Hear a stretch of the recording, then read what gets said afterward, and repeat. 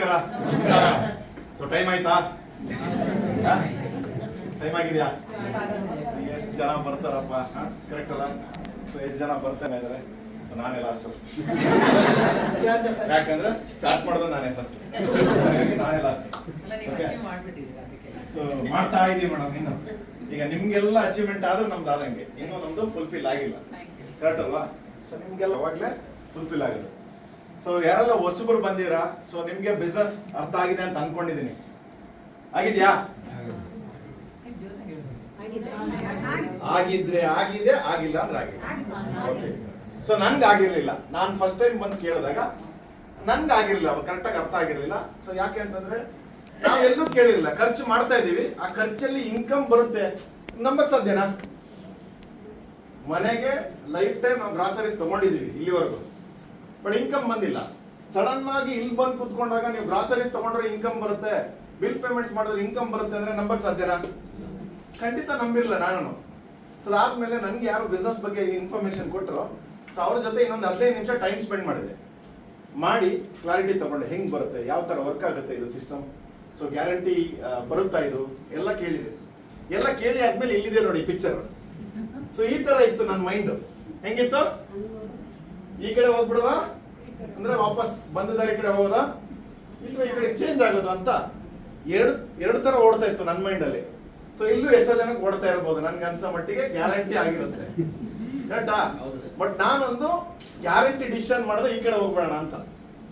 So decision ತಗೊಂಡೆ, start ಮಾಡಿದೆ. So start ಮಾಡಿ ಆದ್ಮೇಲೆ ಸೊ ಬಿಸ್ನೆಸ್ ನ ಕಲಿತೆ, ಯಾವ ತರ ಹೇಳ್ಬೇಕು, ಯಾವ ತರ ಜನರಿಗೆ ತಲುಪಿಸ್ಬೇಕು ಅಂತ. ಒಂದಷ್ಟು ಜನ ನನ್ನ ಫ್ರೆಂಡ್ಸು ಯಾರೆಲ್ಲ ಕ್ಲೋಸ್ ಇದ್ರು ಅವ್ರಿಗೆಲ್ಲ ಹೇಳಿದೆ. ಒಂದಷ್ಟು ಜನ ಬಿಸ್ನೆಸ್ ಅಲ್ಲಿ ಸ್ಟಾರ್ಟ್ ಮಾಡಿದ್ರು. ಸೊ ಅವರು ಎಲ್ಲ ಅರ್ನ್ ಮಾಡ್ತಿದ್ದಾರೆ, ಸೊ ನಾನು ಅರ್ನ್ ಮಾಡ್ತೀನಿ ಅಷ್ಟೇ. ಸಿಂಪಲ್. Decision important. ಸೊ ನೀವು ಈ ಕ್ಷಣದಲ್ಲಿ ತಗೊಳ್ಳುವಂತ ನಿರ್ಧಾರದಿಂದ ನಿಮ್ಮ ಲೈಫ್ ಬದಲಾವಣೆ ಆಗೇ ಆಗುತ್ತೆ. ಬಟ್ ಒಂದ್ ಕ್ಷಣದಲ್ಲಿ ಲೈಫ್ ಬದಲಾವಣೆ ಆಗಲ್ಲ. ಲೈಫ್ ಬದಲಾಗಬೇಕು ಅಂದ್ರೆ ನೀವು ಒಂದ್ ಕ್ಷಣದಲ್ಲಿ ತಗೊಂತಿಲ್ಲ, ಆ ನಿರ್ಧಾರದ ಮೇಲೆ ಅದು ಡಿಸಿಷನ್ ತಗೊಳುತ್ತೆ. ಸೊ ತುಂಬಾ ಜನಕ್ಕೆ ಏನಪ್ಪಾ ಅಂತಂದ್ರೆ, ಸೊ ನಮ್ಮ ಇಲ್ಲಿ ಏನೋ ಹೇಳ್ತಿದ್ರೆ, ಎಷ್ಟೋ ಮೀಟಿಂಗ್ ಇರ್ಬೋದು, ತುಂಬಾ ಜನ ಇಲ್ಲಿ ಬೇರೆ ಬೇರೆ ತರ ಮೀಟಿಂಗ್ ಗಳನ್ನ ಅಟೆಂಡ್ ಮಾಡಿರ್ಬೋದು. ಸೊ ಇಲ್ಲಿ ಕೂತಾಗ ಸೇಮ್ ಫೀಲ್ ಆಗ್ಬೋದು ಖಂಡಿತ. ಸೊ ನಾನ್ ಫಸ್ಟ್ ಬಂದಾಗ ಅದನ್ನೇ ಹೇಳಿದ್ನಲ್ಲ, ಸೊ ನಾನೇ ನಂಬಿರ್ಲಿಲ್ಲ. ಸೊ ನಾನು ಎಷ್ಟು ಗ್ಯಾರಂಟಿ ಮೇಲೆ ಅಂತಂದ್ರೆ, ನಾನು ಈ ಬಿಸ್ನೆಸ್ ಬಂದಾಗ ಟ್ರೈ ಮಾಡೋಣ ಅಂತ ಬಂದವನು. ಏನು ಟ್ರೈ ಮಾಡೋಣ ಅಂತ. ಟ್ರೈ ಮಾಡಿ ಮೇಡಮ್, ನಂತರ ಯಾವತ್ತಾಗುತ್ತೆ ಅಲ್ವಾ? ಕರೆಕ್ಟ್ ಅಲ್ವಾ? ಸೊ ಈಗ ನಾನು ಟ್ರೈ ಮಾಡೋಣ ಅಂತ ಸ್ಟಾರ್ಟ್ ಮಾಡಿದಕ್ಕೆ ಇಲ್ಲಿ ನಿಂತಿದ್ದೀನಿ. ಸೊ ನಾನು ಡಿಸಿಷನ್ ತಗೊಂಡಿಲ್ಲ ಅಂದ್ರೆ ಆಚೆ ಇರ್ತಿದೆ. ಎಷ್ಟೋ ಜನಕ್ಕೆ ಏನಪ್ಪಾ ಅಂತಂದ್ರೆ ಲೈಫಲ್ಲಿ ಏನಾದ್ರೂ ಬದಲಾವಣೆ ಆಗ್ಬೇಕು ಅಂತ. ಇವಾಗ ನಾನು ಜಾಬ್ ಮಾಡ್ತಾ ಇರ್ಬೇಕಾದ್ರೆ ನನ್ಗೆ ಏನನ್ಸೋದು ಅಂದ್ರೆ, ಫಸ್ಟ್ 1ರಿಂದ ಟೆನ್ಷನ್ ಇಲ್ಲ, ಆರಾಮಾಗಿ ಹೋಗ್ತಾ ಇದ್ವಿ. 20ರಿಂದ ಸ್ಟಾರ್ಟ್ ಆಗೋದು ಒಳಗೆ, ಇಲ್ಲ ಜಾಬ್ ಜೊತೆಗೆ ಏನಾದ್ರೂ ಮಾಡ್ಬೇಕು ಅಂತ. ಜಾಬ್ ಜೊತೆಗೆ ಏನಾದ್ರೂ ಮಾಡೋದು, ಅಕೌಂಟ್ ಬ್ಯಾಲೆನ್ಸ್ ಖಾಲಿ ಆಗಿರ್ತೀವಿ. ಮತ್ತೆ 30ನೇ ತಾರೀಕು ಅಥವಾ 1ನೇ ತಾರೀಕು ಬಂದ್ಬಿಟ್ರೆ ಸ್ಯಾಲರಿ ಇರೋದು, ಅವಾಗ ಮರ್ತೋಗ್ಬಿಡೋದು ಈ ವಿಚಾರ. ಸೊ ಎಷ್ಟೋ ಜನರ ಲೈಫ್ ಅಲ್ಲಿ ಅದು ನಡೀತಾ ಇರುತ್ತೆ, ಬಟ್ ಅದನ್ನ ಒಪ್ಕೊಳಕ್ ತಯಾರಿಲ್ಲ. ಸೊ ನಾನು ಸಣ್ಣ ಕಥೆಯೊಂದಿಗೆ ನನ್ನ ಒಂದು ಮಾತನ್ನು ಮುಗಿಸ್ತೀನಿ. ಓಕೆ. ಸೊ ಯಾರೋ ಒಬ್ಬ ನನ್ನ ತರದನೊಬ್ಬ ಇದ್ದ. ಅವನಿಗೆ ಏನಪ್ಪಾ ಅಂದ್ರೆ, ಅವನಿಗೆ ಕೋಟಿ ಲಾಟ್ರಿ ಹೊಡಿಬೇಕು ಅಂತ ಆಸೆ. ಸೊ ಅವನೇನ್ ಮಾಡ್ದ, ಡಿಸೈಡ್ ಮಾಡ್ದ, ನನಗೆ ಲಾಟ್ರಿ ಕೋಟಿ ಬರಲೇಬೇಕು ಅಂತ. ಬೆಳಗ್ಗೆ 5 ಗಂಟೆಗೆ ಯಾರೋ ಹೇಳಿದ್ರಂತೆ, 5 ಗಂಟೆ ಟೈಮಲ್ಲಿ ಎದ್ಬಿಟ್ಟು ಸ್ನಾನ ಮಾಡಿ ದೇವ್ರ ಪೂಜೆ ಮಾಡಿದ್ರೆ ನೀನು ಅನ್ಕೊಂಡಿದ್ದೆಲ್ಲ ಆಗುತ್ತೆ ಅಂತ. ಸರಿ, ಅವ್ನು ಟ್ರೈ ಮಾಡಕ್ ಸ್ಟಾರ್ಟ್ ಮಾಡಿದ. ಏನ್ ಮಾಡಿದ, ಬೆಳಗ್ಗೆ ಬೇಗ ಹೇಳೋದು, 5 ಗಂಟೆಗೆ ಸ್ನಾನ ಮಾಡೋದು, ದೇವ್ರ ಪೂಜೆ ಮಾಡೋದು. ಸೊ ಮಾಡ್ತಾ ಲಾಟ್ರಿ ಅದು ಡೇಟ್ ಬಂತು, ಲಾಟ್ರಿ ಹೊಡಿತು. ಯಾರಿಗಪ್ಪ ಅಂದ್ರೆ ಅವ್ರ ಊರಲ್ಲಿ ಎಲ್ಲೋ ಆ ಕಡೆ ಇರೋರು ಲಾಟ್ರಿ ಹೊಡಿತು. ಸರಿ, ನೆಕ್ಸ್ಟ್ ಸ್ಟಾರ್ಟ್ ಮಾಡ್ದ, ಮತ್ತೆ ನೆಕ್ಸ್ಟ್ ಟೈಮ್ ಲಾಟ್ರಿಗೆ. ಸೊ ಅವಾಗ್ಲೂ ಸೇಮ್ ಮುಂಚೆ ಜೋರಾಗಿ ಪೂಜೆ ಜಾಸ್ತಿ ಅಲ್ವಾ? ಸೊ ಸ್ಟಾರ್ಟ್ ಮಾಡ್ದ, ಪೂಜೆ ಮಾಡ್ದ, ಲಾಟ್ರಿ ಟೈಮ್ ಅಂತೂ ಪಕ್ಕದ ಪೂಜೆನೂ ಮಾಡ್ಬಿಡ್ತು.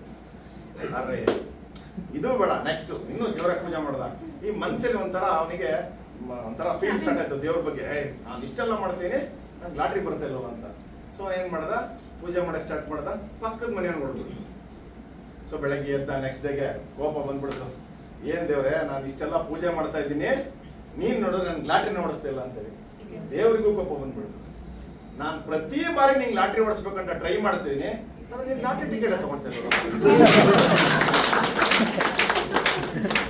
ಕರೆಕ್ಟ್ ಅಲ್ವಾ? ಎಷ್ಟೋ ಜನಕ್ಕೆ ಅವಕಾಶ ಬೇಕು, ಬಟ್ ಅವಕಾಶ ಕೈಗೆ ಬಂದಾಗ ಏನ್ ಮಾಡ್ತೀವಿ, ಹಿಂಗಾಗ್ಬಿಡ್ತೀವಿ. ಕರೆಕ್ಟ್ ಅಲ್ಲ? ಸೊ ಈಗ ನೂರಾರು ಕಿಲೋಮೀಟರ್ ಹೋಗಿ ದೇವಸ್ಥಾನಕ್ಕೆ ಹೋಗ್ತೀವಿ, ಅಲ್ಲೋಗಿ ಏನ್ ಮಾಡ್ತೀವಿ, ಮುಚ್ಕೊಂಡ್ಬಿಡ್ತೀವಿ. ಕರೆಕ್ಟಾ?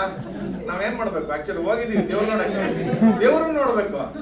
ನಮಗ್ ಸಿಕ್ಕಿರೋ 10 ಸೆಕೆಂಡ್ 15 ಸೆಕೆಂಡ್ ಆಗಿ ತಿರುಪತಿಯಲ್ಲೆಲ್ಲ ಸಿಕ್ಕಾಪಟ್ಟೆ ಸ್ಪೀಡು ಹಿಂಗ್ ತಳ್ಳಿಬಿಡ್ತಾರೆ, ಹಿಂಗೆ ಪಾಸ್ ಆಗ್ಬಿಡ್ತೀವಿ. ಗ್ಯಾಪಲ್ಲಿ ನೋಡ್ಕೋಬೇಕು, ಅವಾಗ ಕಣ್ಣು ಮುಚ್ಕೊಂಡ್ರೆ ಇಲ್ಲಿಂದ ಮತ್ತೆ ಅಲ್ಲಿಗೆ ಯಾಕೆ ಹೋಗಿಲ್ಲ. ಕರೆಕ್ಟ್ ಅಲ್ವಾ? ಸೇಮ್ ಇಲ್ಲೂ ಅಷ್ಟೇ, ಸಿಕ್ಕಿರೋ ಅಪಾರ್ಚುನಿಟಿನ. ಯಾಕಂದ್ರೆ ನೋಡಿ, ಬೆಂಗಳೂರು ತುಂಬಾ ಜನ ಇದ್ದಾರೆ, ಅಷ್ಟು ಜನರಲ್ಲಿ ನಿಮ್ಗೊಂದು ಅವಕಾಶ ಇಲ್ಲಿ ಈ ಹಾಲಿಗೆ ಬರಕ್ ಸಿಕ್ಕಿದೆ ಅಂತಂದ್ರೆ ನಿಮ್ ಲೈಫಲ್ಲೂ ದೇವರು ಇವತ್ತು ಆಶೀರ್ವಾದ ಮಾಡಿದ್ದಾನೆ. ಖಂಡಿತ ಈ ಬಿಸ್ನೆಸ್ ನ ಸ್ಟಾರ್ಟ್ ಮಾಡಿ ನಾಳೆಗೆ ಅಂದ್ರೆ 18ನೇ ತಾರೀಕು, ಆಕ್ಚುಲಿ 19ನೇ ತಾರೀಕು ಮೇ 2024 ನಾನು ಈ ಬಿಸ್ನೆಸ್ ನ ಸ್ಟಾರ್ಟ್ ಮಾಡಿದ್ದು. ನಾಳೆಗೆ 2 ವರ್ಷ ಕಂಪ್ಲೀಟ್ ಆಗುತ್ತೆ ಅಲ್ವಾ? ನಿಮಗೆ ನಿಮ್ಮ ಲೈಫಲ್ಲೂ 100% ನೀವು ಸರಿಯಾದ ನಿರ್ಧಾರ ತಗೊಂಡಿದ್ದೆ ಆದ್ರೆ ನಿಮ್ಮ ಇವತ್ತು ಮೇ 17, 2026 ನಿಮ್ಮ ಲೈಫ್ ಚೇಂಜಿಂಗ್ ಡೇ ಆಗೋದ್ರಲ್ಲಿ ಖಂಡಿತ ಯಾವುದೇ ಡೌಟ್ ಇಲ್ಲ. ಬಟ್ ಏನ್ ಮಾಡ್ಬೇಕು, ಲಾಟರಿ ಟಿಕೆಟ್ ತಗೋಬೇಕಾ? ಸೊ ನೀವು ಇವತ್ತೇ ಯಾರ್ಯಾರೆಲ್ಲ ಇವತ್ತು ಬಿಸ್ನೆಸ್ ನೀವು ಅಪರ್ಚುನಿಟಿ ಕೇಳ್ಕೊಂಡಿದ್ದೀರಾ, ಸೊ ಇನ್ನೂ ಏನಾದ್ರು ಕ್ಲಾರಿಟಿ ಬೇಕಂದ್ರೆ ನಿಮ್ಮನ್ನ ಯಾರು ಇಲ್ಲಿ ಇನ್ವೈಟ್ ಮಾಡ್ಕೊಂಡಿದ್ದಾರೆ ಅವರ ಜೊತೆ ಇನ್ನೊಂದು 10 ನಿಮಿಷ, ಕರೆಕ್ಟ್ ಅಲ್ವಾ? ಲೈಫಲ್ಲಿ ಎಲ್ಲೆಲ್ಲೋ ಟೈಮ್ನ ಕಳ್ಬಿಟ್ಟಿದೀವಿ, 10 ನಿಮಿಷದಲ್ಲಿ ಏನು ಪ್ರಪಂಚ ಪ್ರಳಯ ಆಗೋಲ್ಲ. 100% ಸರಿಯಾದ ನಿರ್ಧಾರನ ತಗೊಳ್ಳಿ. ನಿಮ್ಮೆಲ್ರಿಗೂ ಇವತ್ತು ಯಾರೆಲ್ಲ ಹೊಸದಾಗಿ ಬಿಸ್ನೆಸ್ ನ ಸ್ಟಾರ್ಟ್ ಮಾಡ್ತಿದ್ರ ನಿಮ್ಮೆಲ್ರಿಗೂ ವೆಲ್ಕಮ್ ಹೇಳ್ತಾ, ಓಕೆ, ನಮ್ಮ ಒಂದು ಕಂಪನಿಗೆ. ಸೊ ಅದೇ ತರ ಇಂಥ ಒಂದು ಗ್ರೇಟ್ ಅಪರ್ಚುನಿಟಿ ಕ್ರಿಯೇಟ್ ಮಾಡಿ ನಮ್ಮಂತವ್ರಿಗೆಲ್ಲ ಅವಕಾಶ ಕೊಟ್ಟಿರುವಂತ ನಮ್ಮ ಕಂಪನಿಯ ಸಂಸ್ಥಾಪಕರಿಗೆ ಧನ್ಯವಾದ ಹೇಳ್ತಾ, ಹಾಗೆ ನನ್ನೆಲ್ಲ ಬಿಸ್ನೆಸ್ ಪಾರ್ಟ್ನರ್ಸ್ಗೂ ಥ್ಯಾಂಕ್ ಯು.